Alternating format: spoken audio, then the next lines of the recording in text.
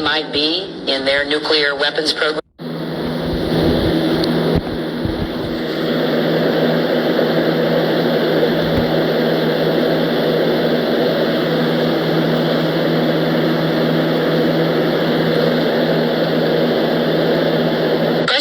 If Iran were to launch a nuclear attack on Israel, what would our response be? And I want the Iranians to know that if I'm the president, we will attack Iran. Whatever stage of development they might be in their nuclear weapons program in the next 10 years, during which they might foolishly consider launching an attack on Israel, we would be able to totally obliterate them. That's a terrible thing to say, but those people who run Iran need to understand that, because that perhaps will deter them from doing something that would be reckless, foolish, and tragic. The U.S. just bombed Iran, and I'm going to tell you exactly how things are going to go from here. The U.S. is going to say, we bombed all these nuclear facilities, Iran was violating agreements, now we're done, mission accomplished, everything's over. Iran is going to say, you bombed our country, that is an act of war, we are obviously going to retaliate, strike some American military bases, maybe kill some American civilians. We're going to say this terrorist government cannot be allowed to be in power in Iran. We either are going to support a coup that's going to overthrow Ayatollah Khamenei, or we are going to send in more American troops to go die and overthrow him manually. It's the same exact thing as what happened in Iraq, because it was never about weapons of mass destruction. It's never about nukes. It's always about making sure that their government and their natural resources go to the benefit of American multinational corporations. This wouldn't be the first time that we overthrew a government in Iran in 1953. We overthrew the Democrat. Shalom. First and foremost, I want to give all praises and glory and honor that's due to Yahweh, Baruch Shem, Yahweh Shai, Hashem Rakakwadash. Double honors to the apostles and elders of Great Millstone and rule well. Blessings and salutations to the hopeful elect, noise in the gospel abroad, living up to the standard of Yahweh, Hashem, Yahweh Shai, wherever it may be. This is a quick lesson through the Spirit. It's the same script for the last 70 years. We must have your resources. And this is a video that was put up by the brothers from Arrows of Indignation. And basically it's going into how Esau justifies invading lands and blaming other nations for having certain artillery or weaponry just to be justified on stealing resources. Like the latest scam now is this whole thing of Iran having weapons of mass destruction, which they've been saying that shit since the fucking 70s and 80s, man. All right. And I've been saying it for the longest. I said that basically Iran, they don't have to necessarily create a nuclear weapon, even though they may have the materials to do so. Okay, which is their God-given right, because, you know, who's to say that they can't defend themselves from a tyrannical dictatorship? You know, and the people, and you America, or you the American government, I mean, that speaks for itself. How these people go around and conquering and stealing and pillaging, this is what they do. You know, but they have the audacity to tell people, well, look, you can't have a weapon of mass destruction because for the simple fact, you know, you're going to use it on us. But wait a minute, man. You use shit on people all the damn time. You know, and that whole scare about Iraq or Iran having nuclear weapons has been nothing but a lie. But again, they don't have to have it because they have Russia. You know, they got Russia and China. And I've always said that. I said, well, even if Iran don't have a nuclear weapon, I said that or if they did, they wouldn't tell you about it because they understand. But even if they didn't, they can still be supplied by the Russians. Because according to Ezekiel 38th chapter, Russia is to be a guard.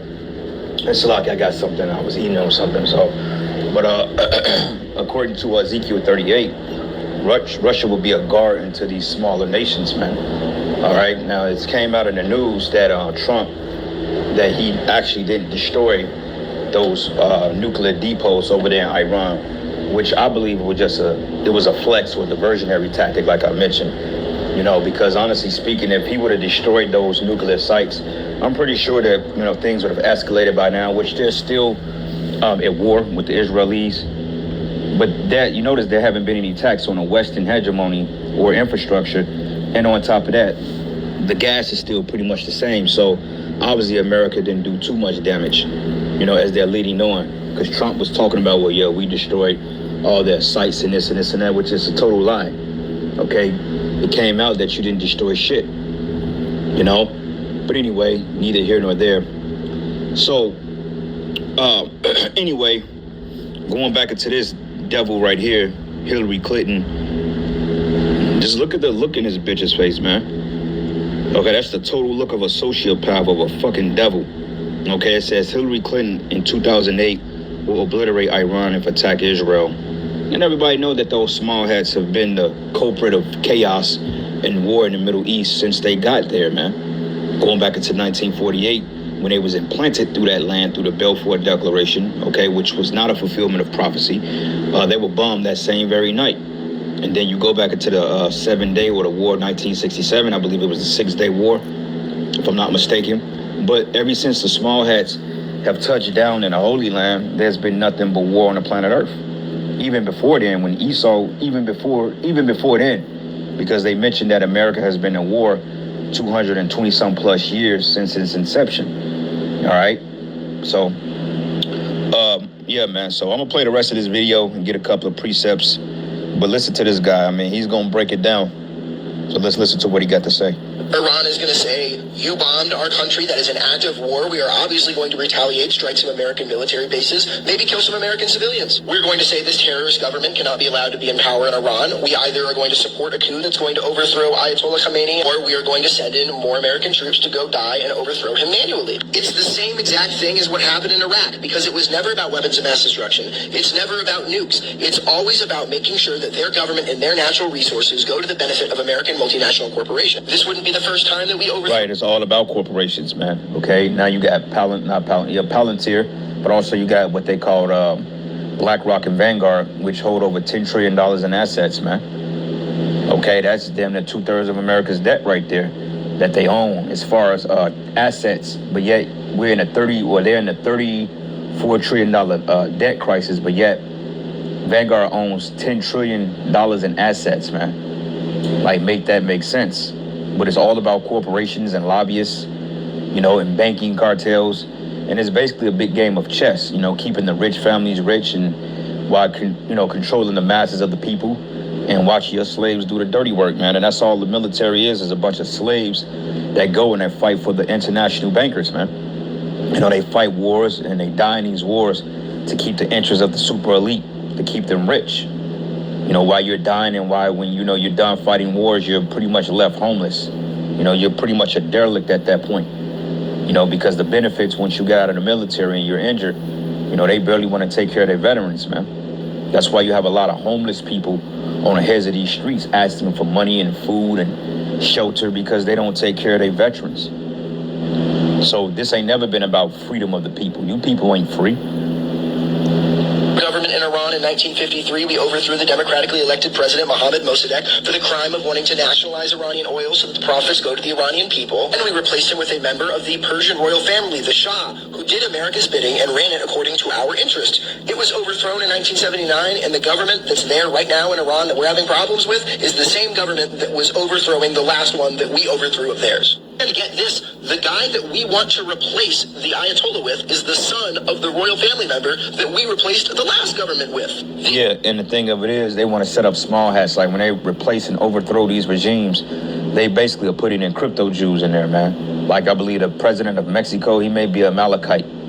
Same thing in Venezuela, fucking, look at what they did to the Gaddafi, man. You know, when he surrendered, you know, his weapons and so forth, and, you know, wanted to take everything and put it on a gold standard. What did they do to him? Exploited him and basically put him to death, man. You know, he wanted to have free energy for his people. You know, free energy, free water supply, free electricity. You know, actually doing something probable for his people. And what the U.S. government come in and do. They basically tricked him and they put him to death, man. You know, because you can't trust the devil, man. Been doing the same shit for 70 years, and the oil companies and the military-industrial complex will always come out on top. But people are waking up, and we are exposing them right here. What should we be concerned about? Because, you know, we were talking about it all weekend. I want to hear this bitch talk. Like, she gets on my fucking nerves, man. You know, so I'm not even going to play the rest of it because, you know, it's funny how a nigga is all adequate on history now. You know, Jake, they look at a couple of TikTok videos and, you know, read an article from Google. Now Jake know what the hell is going on when just 2-3 years ago he was twerking in a damn nightclub on top of a fucking on top of a twerk table, man. You know, on headlights. You know, Jake, our people played out. I'm about sick of you. But anyway, this is the book of Micah 2, And I'm going to start at verses 1. It says, woe to them that advise iniquity and work evil upon their beds. That's going into the elites. Okay, it says, when the morning is light, they practice it because it is in the power of their hand, and they pass down power to their judges, to their lawyers, to their state's attorneys, through their tribunal courts and, your Article 3 courts, and they give these people ultimate control over the people because, with the Supreme Court, that shit is unjust as hell. Okay, these court systems and police forces, they're all corrupted. Everything in Babylon the Great, from the top to bottom, from left to right, is all corruption, man. From the very house, from the very foundation they build your home on, is all corruption. From the educational systems, from the job you work, from the people you come across, it's all corrupt. Okay, this is a wicked system, and it has to be destroyed. And it says, because it is in the power of their hand. It says they covet fields and take them by violence, right? And this is what they've been doing, or this is what they're trying to do to overthrow the regime of Iran, okay? Because this guy, B.B. Mikowski, he wants to put an end to anybody that opposes him, man, so he can have the identity or assume the rights over people's resources. Like the Strait of Hormuz, that's responsible for 20 to 25% of the oil supply in the world, not even counting Venezuela, but they have this. It's a lot of riches down there, and Esau, he wants control of that. So this is why he's going about and destroying these nations and harboring resources and trying to, sabotage pipelines like you had Nord Stream 1 and 2. Trying to disrupt pipelines going through Kazakhstan to the Middle East to Iran to steal the resources, man. Because ultimately, that's what he is. He's a thief. And it says they covet fields and take them by violence. It says in houses, and they take them away so that they oppress a man in his house, even a man in his heritage, man. And not only did they oppress us, they oppress their own people. You got the average Edomite that can't even afford to pay rent because, rents are so high. Like I was downtown, considered downtown KC. I was going to get some food on my break. And I came across this property, man, and it was a townhouse. I'm like, they built townhouses in the middle of downtown Kansas City? Like, what? If anything, these look like lofts. So I'm thinking nothing about it because I know they're overpriced. So I took a screenshot of the name of the building so I could remember to look it up. So I looked it up, and then I looked on the website, and they wanted $825,000, which is roughly $5,000 a month for a 3-bedroom, 4-bath townhouse. Like, are you fucking kidding me? In Kansas City? Like, who got that kind of money? And even if they do got that kind of money, it ain't worth paying those prices here. Rents was never like that to that degree up until this pandemic came and this fucking mayor allowed these lobbyists and these particular development companies to come and borscht up all this property. Now everything is being cut down and they're inflating the price to price out Jake. I'm thinking this is going to be like maybe the average apartment here, maybe 10 years ago, 3-bedroom house apartment was probably going for about $850, $900. That's real shit. I'm talking about nice shit, high-end shit. I'm thinking the property may be about, since where it's located at, because, real estate is location. I'm thinking it's going to be about $2,500 because, it looked pretty decent. $2,500, And even then, that's not doable. Like, who wants to do that for, a townhouse that's hit and miss, but ideally, you get a house for cheaper than that. In some cases, well, not no more, but, before, you was able to get a house mortgage for cheaper than that.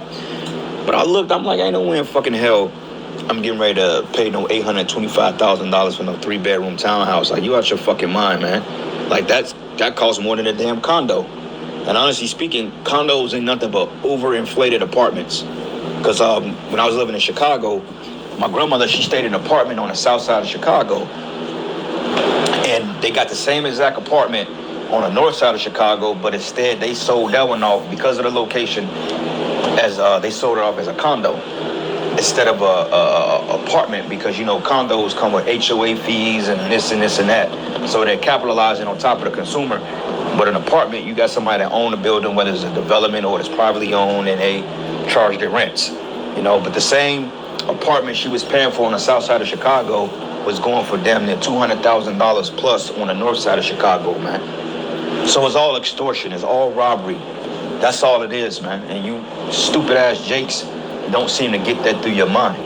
Oh, well, you know, we got to try to get it the best way we can, man. Look, bro, this place is washed. It's through. Okay, let it go. Let it burn. Let this place fall, man. I'm tired of looking at it. But it says, take them away so that they oppress a man in his house, even a man in his heritage. And that's what Esau did. All right? Let's go here. Sirach 12. Because Gaddafi made a fatal mistake of trusting the U.S. government. And this is the reason why what happened to him happened to him. You know, I never known that people that's trying to help their people to some degree was considered the enemy of the world, but they demonized him and they made it seem like same thing with Saddam Hussein, right? You know, they demonized him. Oh, he has weapons of mass destruction and this and this and that. In reality of it is he was trying to accomplish, you know, to get right for his people. And what they said he had weapons of mass destruction. They actually had us afraid of Saddam Hussein, which I'm not saying he was a saint because they all wicked as all hell. They're heathens. They're wicked. But they really had us thinking that Saddam Hussein was going to blow up the world, man. And we was really thinking that because of the witchcraft, the propaganda. So they came out with a movie called South Park back in like the late 90s. And you had Saddam Hussein in a bed with the devil. And that show you how all these governments and how he was doing business with the U.S. government, man. Because they was homosexuals and shit like that. But they made it seem like Saddam Hussein was the one that brought about the end of the War of Armageddon, World War III. But at the same time, he was literally in bed with Satan, which is the so-called white man. So they all work together, you know. And you can't trust this man. Sirach 12:10.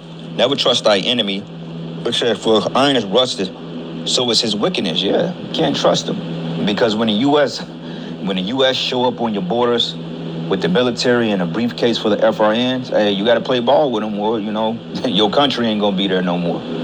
Okay, that's the same thing they did in Mexico, the same thing they did in Venezuela. You know, they did the same thing. All these nations that they have military bases in, you know, Taiwan and so forth, they showed up with the military industrial complex and a briefcase full of FRNs and say, look, we'll pay you to let us set up resource and harbor resources and to use your country as bases, man. And whatever we get, we'll give you a percentage of it, and find out that's a lie. Okay? You can't trust them. It says, though he humble himself and go crouching, yet take good heed and beware of him. It says, and thou should be unto him as thou hast wiped a looking glass, and thou should know that his rust have not been altogether wiped away, right? So you can't trust Esau. He's a double, you know, he speaks with a double tongue. He say one thing, and he totally does something different. Okay, like the scripture said, enemy speaketh sweetly with his lips. So, hey, don't trust him. When he shows up, just know that it's wartime. It says, set him not by thee, lest when he have overthrown thee, he stand up in thy place. Neither let him sit at thy right hand, lest he seek to take thy seat. And thou at the last remember my words and be pricked therewith, man. And then you got other nations, man, because they have no might. They get bullied. But now the world is waking up to this devil. You know, they're waking up to the fact that we're not afraid of you anymore. We're willing to fight you back. And this is what we're seeing take place in the Middle East. Like it tells us in Job, it says, prepare the men for war. Okay, to let the weak say I'm strong. Because they're tired of America and they're just tired of the West, period. And it's really Israel, you know, that's really pulling the strings. They're the puppet master. They're the wizard behind the curtains. And everybody know that America is Israel's bitch. So whatever Israel do or say America, they gonna have to follow suit. Okay, don't let all this gesture with Bibi and Trump fool you. At the end of the day, America is gonna ride with Israel because they have no choice. That's why those are the two nations that will be obliterated, or the two countries that will be totally obliterated off the face of the earth in the War of Armageddon, which we're quickly approaching. Habakkuk 2. Habakkuk 2, and I'm going to start at verses 5. It says, yeah, because he transgressed by wine, he is a proud man, neither keep it at home. Right. The hell you doing in the Middle East? The hell you doing in Europe? The hell you doing over here in America, man? It says, neither keep it at home. Who enlargeth his desire as hell, and as death, and cannot be satisfied, but gathereth unto him all nations, and heaping unto him all people, right? You know, if you can't play ball with them, they seek to destroy you. It says, should not all these take up a parable against him, and a taunting proverb against him, and say, woe to him that increaseth that which is not his, and how long, and to him that laden himself with thick clay? Debt, because as much as he's accumulating, it's nothing but debt. You know, it's debt. Like, why you fuck with the Iranians and you want that oil, but yet you got over 700 years of oil refinery or oil reserves being for you're able to supply your nation with oil for the next 600 to 700 years. Why are you fucking with other people for, bro? You have more than enough. You know, but that's the devil for you. And it says, should they not suddenly rise up that should bite thee, and awake that should vex thee, and thou should be unto booties for them? Yep, booties is spoil. It says, because thou hast spoiled many nations, all the remnant of the people shall spoil thee, and because of men's blood, and for violence of the land, of the city, and all that dwell therein. But woe to him that coveteth evil covenants to his house, that he may set his nest on high, that he may be delivered from the power of evil. That's right, man. All right? So, yeah, your time of terror is coming to an end, Esau. The nations are tired of you, and they don't want nothing to do with you no more. We can't blame them. All right? Jeremiah 49:19-9. It says, if gate gatherers came to thee, would they not leave some gleaning grapes? But it says, if thieves by night, they were destroyed till they've had enough. Yeah. Like, this dude won't even leave a glean of grapes, like, to the point, like, if they garnishing your wages, I mean, they'll leave you without. They don't give a fuck. And then when you challenge them and you disprove them in a court of law, they look at you like you the one that's, like, you the bad guy. Like, how dare you? Like, what the fuck you mean? You the one stealing from me. You know? But anyway, man, I guess I'll play the last of this video, hear what this bitch got to say. But anyway, with that, all praises and glory and honor that's due to Yahweh Bashim Hawaii. Lord, will you edify into the next lesson? Shalom. Try to stomach this bride, man, because I sure as hell can't. But, you know, edification is edification. So let's go. I really don't know, because I guess everybody has to wait to see what's next and see what Iran does. But what should we as Americans be concerned about? I mean, I would be concerned because Iran really does control some of the most lethal proxy terrorist groups in the world. And just to be clear again, Iran did not start this war. Iran did not attack Israel, and they did not attack us. And people are like, for the first time, the U.S. has struck Iran. Wrong. The United States is responsible for what Iran is. We did that. In 1957, the United States overthrew violently their democratically elected president, Mossadegh, prime minister or president. So Mossadegh comes in, and Mossadegh says, I need to audit the oil company that we now today call BP. Because BP was exploiting the oil under Iran, which is one of the most oil-rich countries on earth.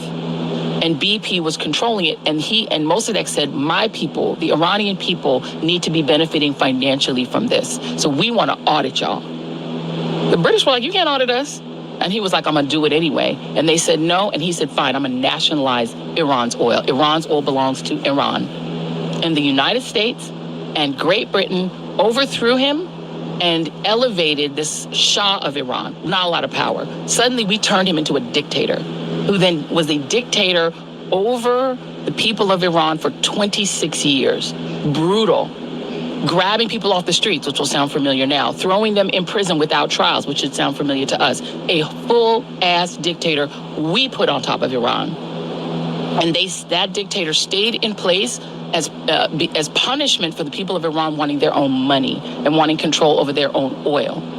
And that dictator was overthrown in 1978, 1979, this version of Iran that was created under Khomeini, under Ayatollah Khomeini. It started out as a student movement that was overthrowing a dictator we put on top of them. So we attacked them before. We created this monster. And we create monsters all over the world because the U.S. and the West believes they have a right to control other countries. So everyone wants nukes because we drop nukes on Japan. And Iran wants nukes because an expansionist power is in their neighborhood. Israel is a country that keeps growing by taking territory from other people. You know, so if I'm Iran, and again, no love for that regime, horrible to women, treat women horribly, won't let women out of their homes, they're imprisoned in their hijabs, they're in prison, they can't go to school, they're horrible. But the reason their people are... Shit, bro. Like, just because you out of order, don't be shit on other countries that got their women out of order. Anyway, shalom.